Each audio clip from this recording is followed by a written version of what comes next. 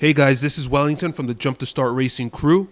Before we start, I want to make sure to tell you to destroy that like button and to make sure to hit subscribe to be up to date with our episodes and clips.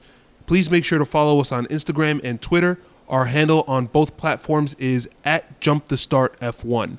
See you there. I'm with that. Guys, anything else before we wrap up? Yeah. We missed,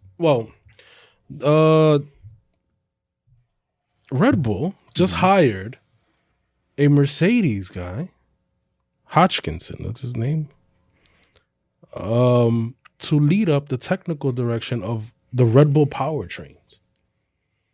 So that guy worked with the engine of Mercedes before? He's currently working at Mercedes. I think he's going to go on gardening leave.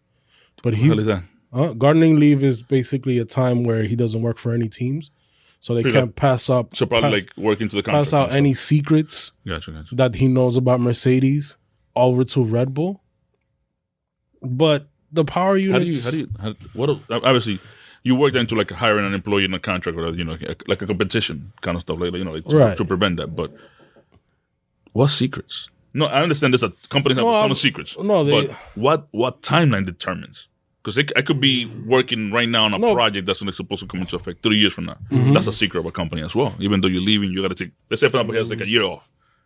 But in 2 years, he could still share that information. But here's the thing, though. You know what I'm saying, right? This is why I find this interesting. Obviously, in F1, everything changes so much. Yeah, everything changes a lot. But these engines aren't changing that much. And he knows all about that Mercedes PU.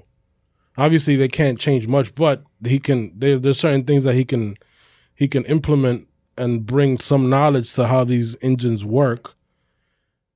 And also, he's the rumors that he's also trying to bring people from Mercedes to Red Bull. Is this the ending of Mercedes' reign? Yeah, that's what I'm saying. It's like, because that's how it starts. How do you think this plays out? I thought that was very interesting. No, something like that, but that's how the ending of every time a team goes a couple of years winning titles and stuff like that. After whatever, they start to disperse. Either like some of those key people that start to leave to go to chase the money, new challenge. Yeah, to find new challenges. And now because you lost that key person that came up, that there's people that are involved in this sport that are just genius when it comes to, let's say, aerodynamics. And now you go like somewhere else. Yeah. Now you go somewhere else. Like for example, as bad as a driver as Wellington is in the F1 game, But if I hired, I'm still mad that Wellington doesn't have a team with If I hire his technical advisor in the team, I probably could beat him. That's pretty much what's happening, regardless of the secrets that he's bringing. You ain't beating him, bro. But going back to what you were saying, is this the beginning of the ending of the Mercedes reign? I hope so. I don't know. So you were talking about earlier, what secrets? But in 2007, then McLaren got disqualified. So it's like and fine $100 million. There's a lot. Yeah, there's a lot that can be shared. Do you think that this can $100 million? Yeah. It's peanuts to you. Peanuts to me? No, I'm talking about the fine. What do you guys think of this though? Do you think that it would enhance? Would it? Especially now, we have the power units there homologated, which is that they're going to keep it's an engine free, so they can't really do much to the engines. But you have some knowledge of how Mercedes works their powertrains. You're going to bring it to Red Bull. Do you think this will put Red Bull over the top? And in a sense, bring in another dynasty, beginning of another Red Bull dynasty. I think things like this have to happen for Red Bull because remember, now they're going into also developing themselves their own engine. So even though they're buying all this technology from... Well, not developing, meaning they run the engine. Yeah, they're going to run their own engine division. Obviously, the development is frozen. Right. But they have to learn all this stuff. That probably some of those Honda guys that they're now hiring as well. New, but if he brings a key person to even give them more knowledge of these things that they just bought and helps them improve even better. I mean, who wouldn't do that? What do you think, Wells? I mean, I think realistically, what do you expect? What do you expect to learn from this guy where you have a Formula One car that everything is just so intricately tied together?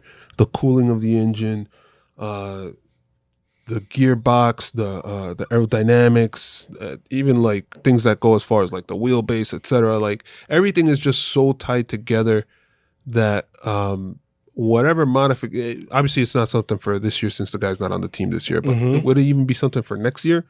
I don't believe so.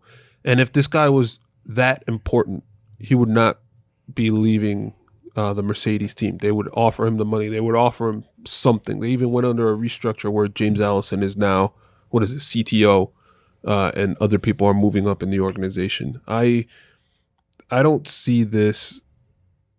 I don't see this as that big of a deal. Where it would be a huge deal is if it starts to, if it creates the opening of the floodgates. That would be the problem. That would be the problem. Also, what I was also thinking of, maybe, obviously we only have we have 4 engine manufacturers. We have Ferrari, we have Mercedes, we have Renault, and the Honda's leaving. Does this signify the beginning of a Red Bull engine? But that's what I think. Isn't that what going forward? Isn't that what the technology they bought? Which would mean that we would keep Red Bull in the sport for a while longer. I think that's why they bought that technology. They want to stay in the sport, and they've shown that they, come on, regardless of Mercedes winning, 7 straight titles, whatever, they've been there too. Right. So it's not like they're back markets where that's when all the trouble starts. Financially wise, they have the money to compete. They just not have been able to jump. The start, jump the start. Yeah.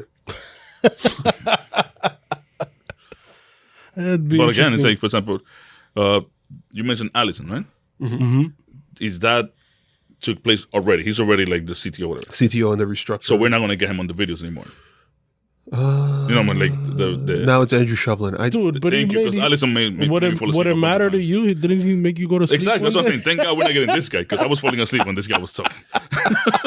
Nothing against him, because I don't know him, but I believe when he was in front of the camera talking about what happened on the weekend, I would just fall asleep. But Wellington loved that. Wellington loved that.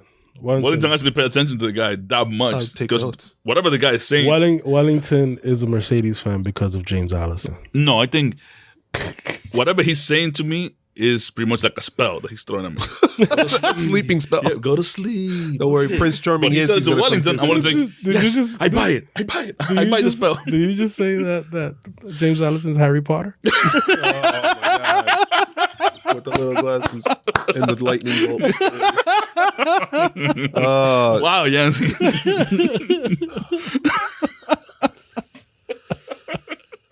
Okay. Yeah, this is. I feel like I'm sitting in an episode of like The Office.